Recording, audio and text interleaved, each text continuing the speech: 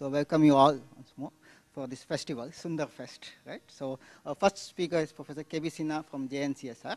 So and his title is On the Koplienko Trace Formula and Beyond. Morning. It is a great pleasure to be here.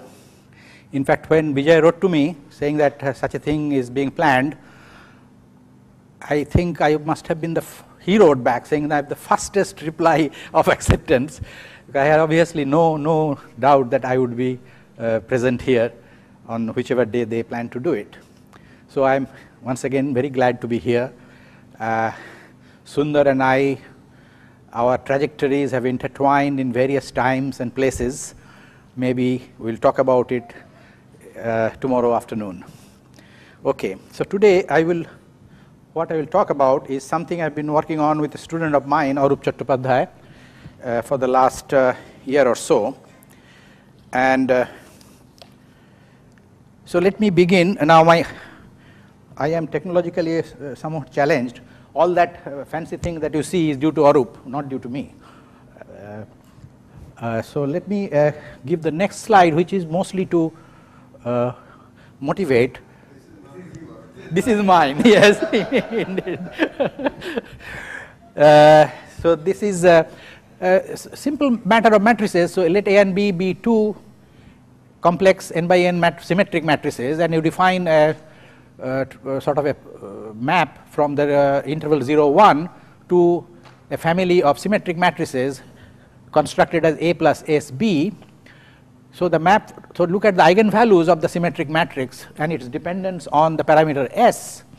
Then this is a piecewise differentiable family of eigenvalues of AS. This is a well-known result. For example, you can look up Kato's book. Now, if you look at the eigenvalue equation and differentiate it and do a little bit of manipulation, you will get that equation that you, yeah? I should have said self-adjoint, yes. Hermitian I should have said, yeah. Yes. So the conclusion is at first looks a little surprising to me. When I first looked at it, that was maybe 10 years back, when I saw this result for the first time, I was a little surprised, but that trace of the perturbation B, let's look at B as a perturbation of A, and look at the spectral family of ES is the spectral family of the family of self-adjoint operator matrices AS. If you look at just the trace, this is obviously not absolutely continuous with respect to the Lebesgue measure. But if you integrate over S, over the whole parameter space 0 to 1, then that becomes, yeah. The first equation, yes, sorry, yes. Phi Js is missing, yes. So you write down the eigenvalue equation and differentiate. So this the averaged or integrated density is kind of is absolutely continuous with respect to Lebesgue measure. And what is also surprising but true is that this observation remains true in infinite dimension as well, and that is the content of what is known as Crane's theorem, which goes under the last line. That is, if you look at function of perturbed operator A plus B, phi of A plus B, and subtract from it phi of A, take the trace thereof, the integral that is given by the first derivative of the function phi integrated with respect to that density function called Crane's shift function. Now this has been source of a lot of literature, and this formula, and under what kind of conditions you can prove such a thing. And many proofs have appeared, starting with Crane's original proof, which goes back to 58 or 59, which uses function theory, and then subsequently other people proved differently. In fact, okay, so this is now starts the little technically better presented, yeah. So now let H and H0 be to possibly unbounded. So this theorem is true for unbounded self-adjoint operators as well, such that the difference, that is the perturbation, is trace class, that is traceable. Then Crane proved this theorem. Oh, sorry again, this a to b would not appear, okay, a b could be infinite, that a could be minus infinity, b could be plus infinity. There exists an L1 function, that is a Crane's fifth function z, such that the difference, trace of the difference is given by the integral with respect to the that function and the first derivative of the function phi. Now you can think of it as a kind of a mean value theorem under the trace. So you have phi of h0 and phi of h0 plus v. Their difference is given on the average. On the left hand side, average is given by trace, right hand side average is given by the integral with respect to this L1 function xi. Now Voiculescu in 1985 approached the formula trying to establish the, as I said, many people proved this formula in many ways, and Voiculescu's way was the following, that he first tried to cut it down to finite dimension. So you try to prove the formula for finite dimension, and then by a limiting process you go to the final formula. Now the cutting down is specific to the operators involved. So you use some kind of adaptation of Weil-von Neumann theorem, where here in this case p is polynomial and h0 and h0n are the truncation of the given operators to that finite dimensional subspace. Then the philosophy is that you construct the spectral shift function for the finite dimension and then take a limit appropriately to get the infinite dimensional case. Now I had a hand in it to extend this to a Voiculescu type of philosophy to unbounded case long time back. Now what happened? Oh, okay. So one can think of this as a mean value theorem under trace, and then a natural question arises if one can have a mean value theorem under trace up to the next order. So you want to extend it to the next order, and Koplienko indeed asked such a question and provided a formula. Now his theorem, his proof appeared in one of the Russian journals, and it is wrong, which was detected some decades after. In this case, the difference phi of h minus phi of h naught is no longer trace class, because V is Hilbert-Schmidt, B2 means Hilbert-Schmidt class. So you have to subtract the first derivative. So by capital D, I mean the Fresher derivative of the function phi at h naught acting on V. Well,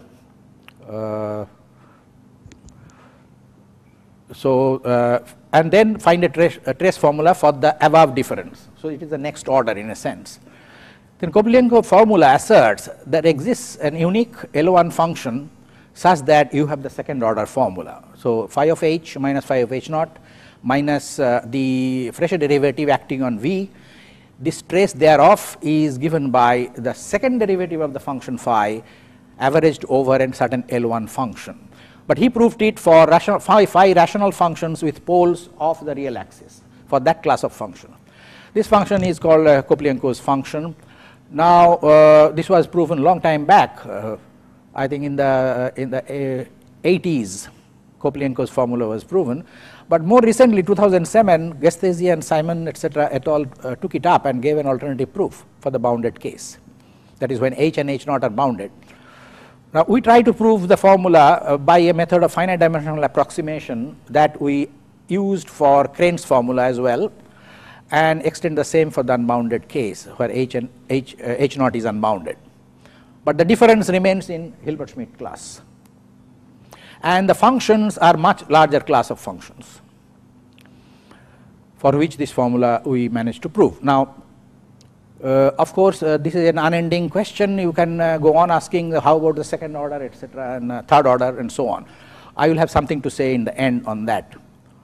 Now I should also mention that maybe it is there in the next slide. No. Dykema and Skripka, I think one of his students, also attacked this problem, but not the way we did, not by finite dimensional approximation method, but directly using some ideas from free probability, which of course you expect from Dykema, but uses the inverse Cauchy transform techniques to prove these results.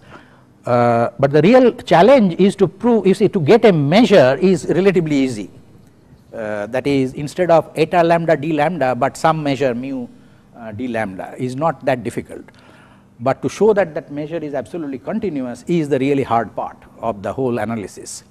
And they managed to prove existence of measure for a different class of function phi, and but in some cases they can show that the measure is absolutely continuous, some cases they cannot. So let me quickly give a little bit of an idea of how we go about proving it. Okay, for bounded case, it suffices to look at polynomials. And since we are going to take up to we are going to subtract the first order derivative, so you have to look at polynomials of degree greater than or equal to 2. So given that, it is easy to compute these I'm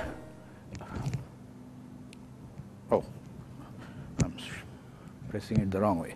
Okay, so you compute the fresh derivative, and that is exactly this expression. Now, as I had said in my introduction, you introduce this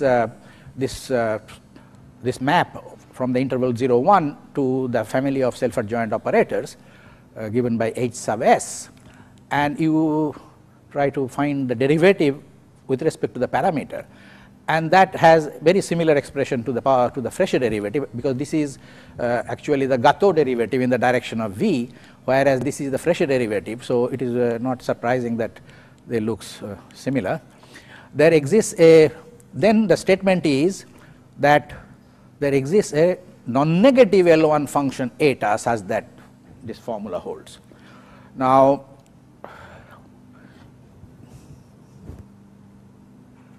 so let me go back to the Crane's formula. Crane's formula, which is maybe called the 0th order formula, this function xi or z has an interpretation coming from physics. That is where H naught is to be interpreted as Hamiltonian of a system, H is a perturbation thereof, and then z or xi function is interpreted as what is known as phase shift, or sort of averaged out phase shift function, which in scattering theory physicists do study.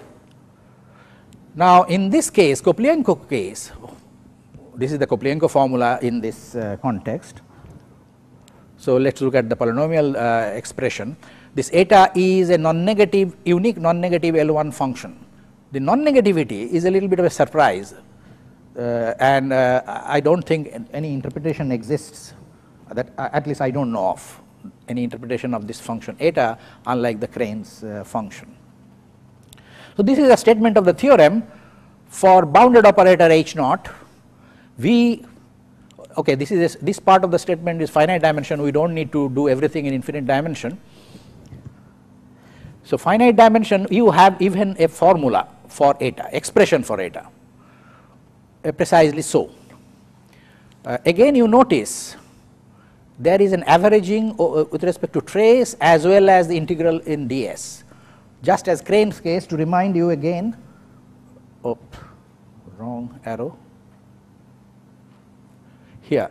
So try to imagine this formula for the Crane's function. So here is the integral ds, here is the trace, b has become v there, es is the spectral family of hs there, and this averaging is giving you the xi function. And in the Koplienko case, it is firstly here is the perturbation v in place of b, but you look at the difference of the spectral family, and then you average or integrate over the parameter s, and this gives the Koplienko function. So it is kind of instructive that, you know, as you go order by order, then it changes the expression in a very systematic way, and the L1 norm of eta is precisely up to a factor, the Hilbert-Schmidt norm square of the perturbation. Well, the proof I think I should skip. Raja, what is the, how am I doing? How much time do I have? Okay, so roughly speaking, I mean, you just look at the difference of the powers and you do a little bit of manipulation, and So you prove the, okay, that's elementary, and similarly the Gato derivative is also elementary. Now you use the trace, cyclicity of the trace, and you have this formula that you establish that this Koplienko difference, let's call that Koplienko difference, can be cast in this form, that this Gato derivative, integral of the Gato derivative over the path 0, 1 minus the Fresher derivative, which is the value of the Gato derivative at 0. And then you do a little bit of integration by parts. So at this point you do integration by parts, and remember we are in finite dimension for this part of the calculation. So the boundary term vanishes because you have a difference, and you get the formula that you are looking for. So this just explains that the boundary terms vanishes, and we get the formula that we are looking for, where the Koplienko function has the form that I had written earlier. Uniqueness of eta follows from the uniqueness of a probability density supported in a finite dimensional finite interval with a given sequence of moments. Because you take all the polynomials and that will give you the moment equation, and all the moments must be the same, and that gives you the given sequence of moments and gives you the uniqueness. Now positivity, we use the idea going back quite some decades due to Birman Solomiak, the Russian group. So what do? We approximate the spectral family by a smoothed out spectral family, which is continuous from the right, and which approximates the spectral family which is continuous from the right. And then you look at the difference of this approximate spectral family for H naught and H naught plus the perturbation, and you get this simple formula. Okay. So here is the difference of the function divided by this argument difference, and you have this measure. Now what kind of an object is this? This is a measure in the square AB to cross AB, and V is Hilbert-Schmidt. Okay. So we are, though we are in, I mean, for this you think of it, you are in infinite dimension. So V is Hilbert-Schmidt. So think of this as a measure on the plane, and you can prove that this is indeed a bona fide measure in the plane with finite variation and with total variation less than equal to well, this is wrong. It should be the Hilbert-Schmidt norm of V. That should be the total variation of this measure on the square. So phi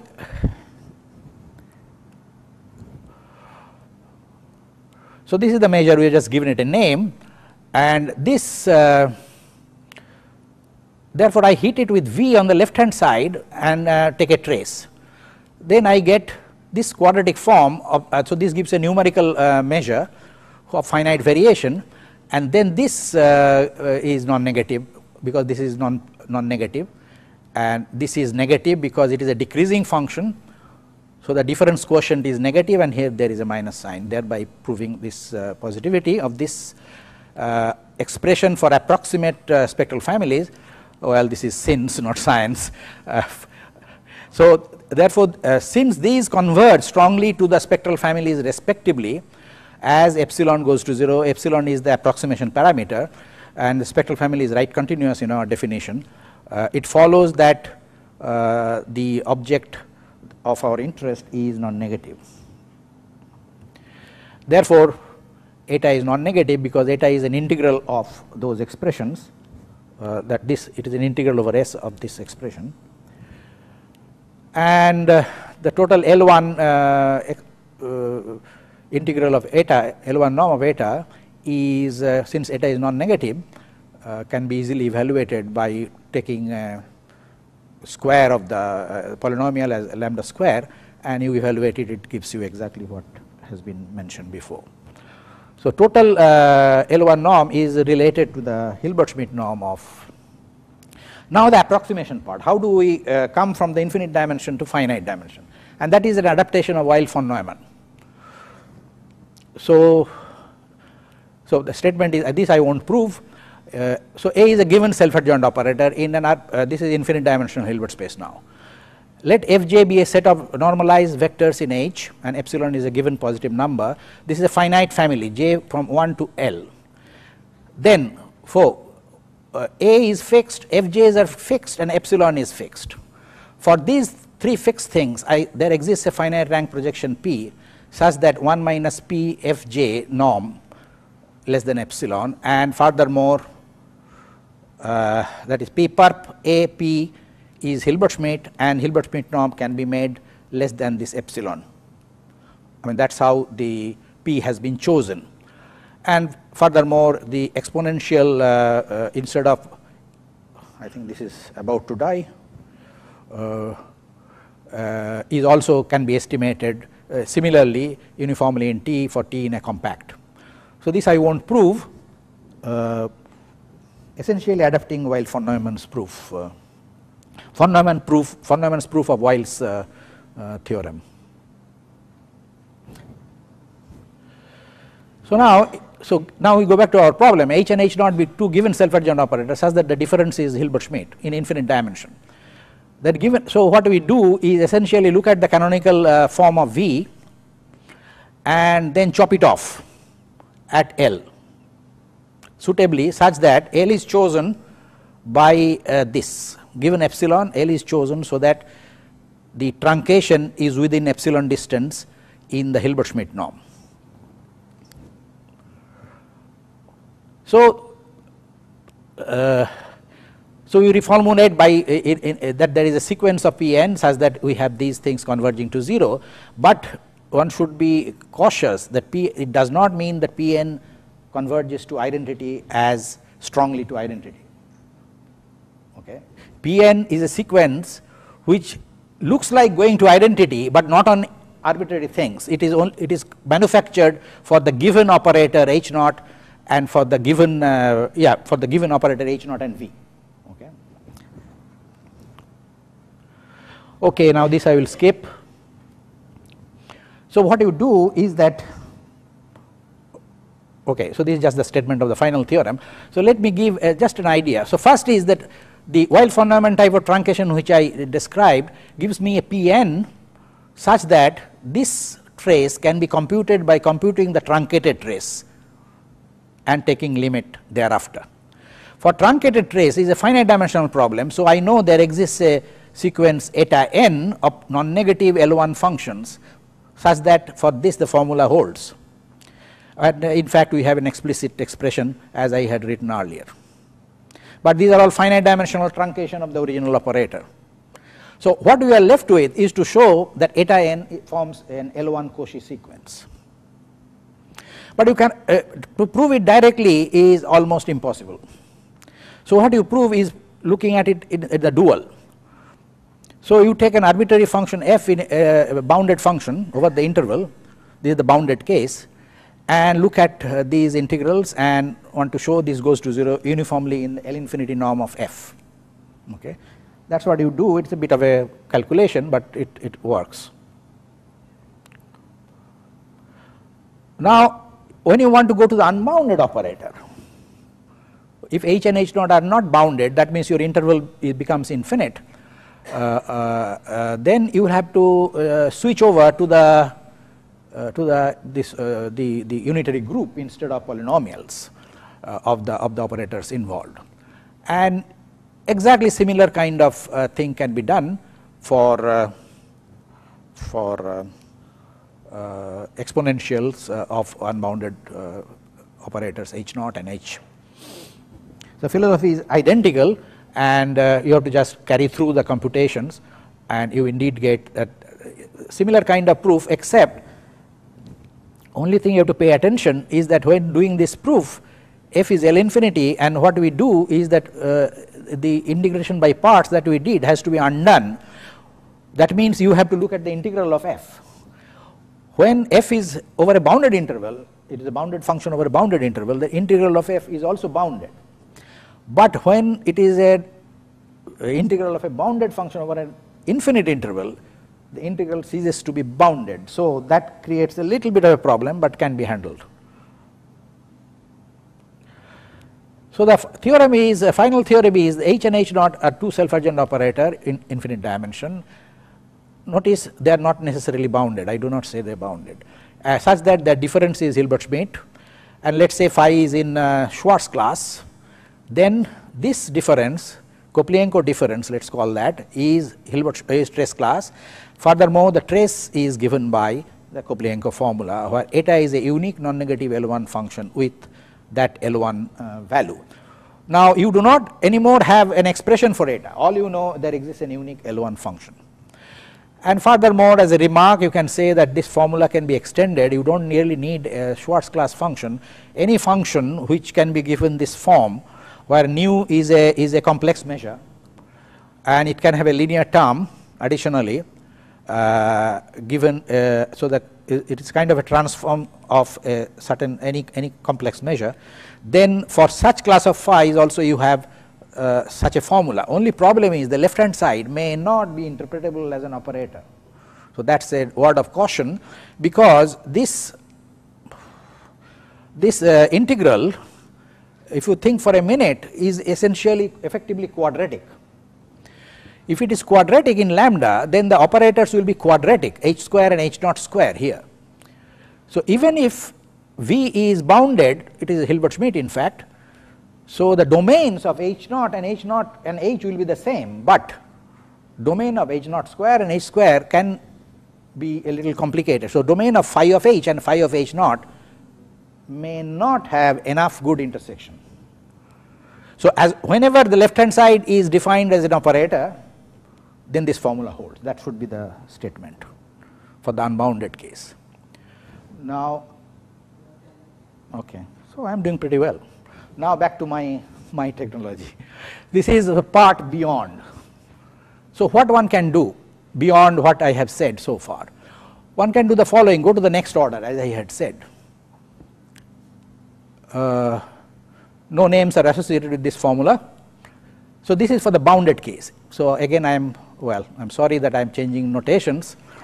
This is for the bounded case. A is a bounded self-adjoint operator in infinite dimensional Hilbert space.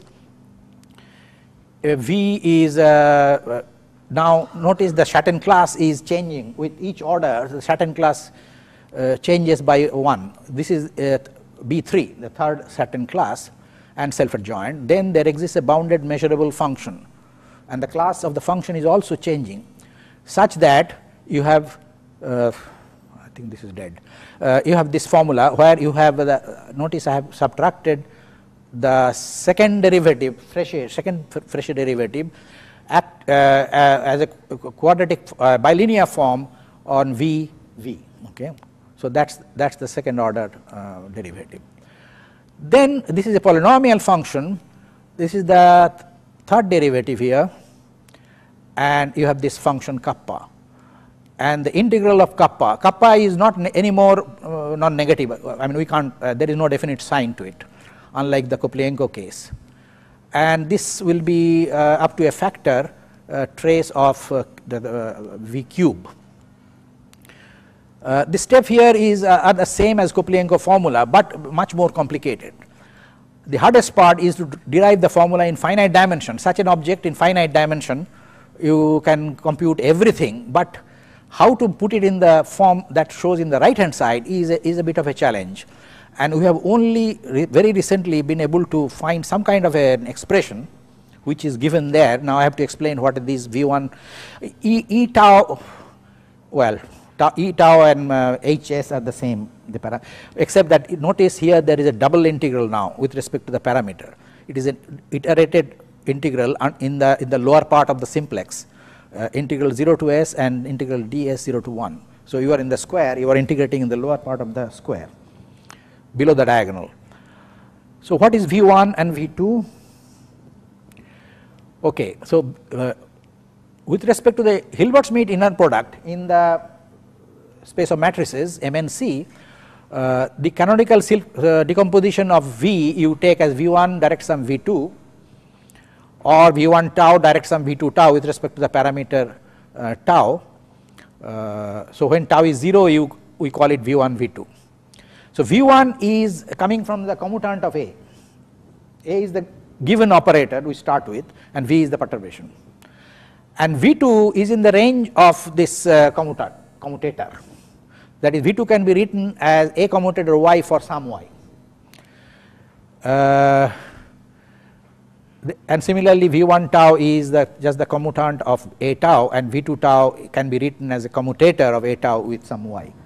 So going back to the formula, so it is those V1, V2, etc. they appear in this expression. So there are so there is one which is that just the spectral family appears, and one which is the integral of the spectral family appears.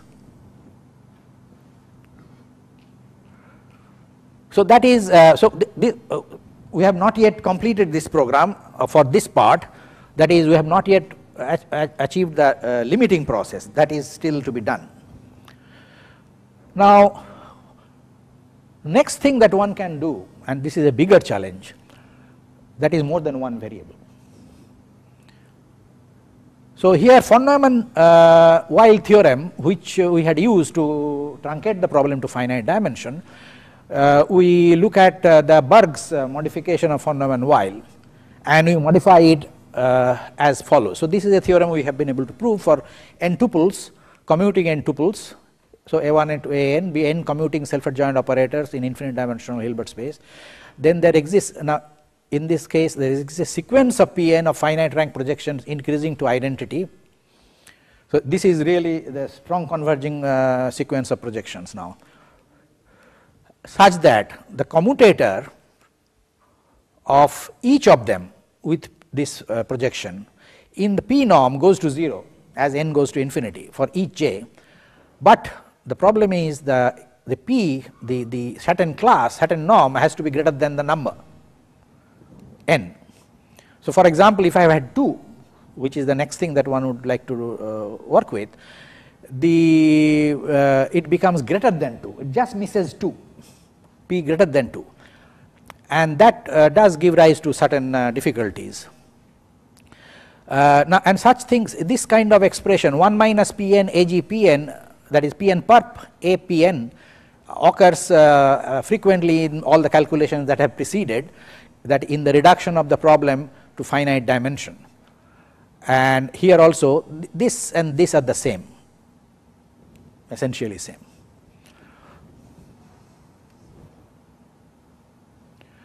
Therefore, for example, in finite dimension, we can prove this in infinite dimension. So take two functions phi j, let us say in Schwarz class, over the plane R2, and take two tuples H and H naught. So H01, H02 they commute, H1, H2 they commute, so two commuting pair of self-adjoint operators. And you would look at phi 1 of H, that is tuple, and subtract from it phi 1 of H naught tuple, and similarly take another function phi 2 of H minus phi 2 of H naught tuple. This product is in B1, is stress class. I have said somewhere Vj, this is wrong, this should be V4, it is not B2, because my n is equal to 2. So according to the previous theorem, P should be greater than 2. So I have written it wrongly here, it should be B4. So in particular I can choose it to be B4, then this product, well, this is dead.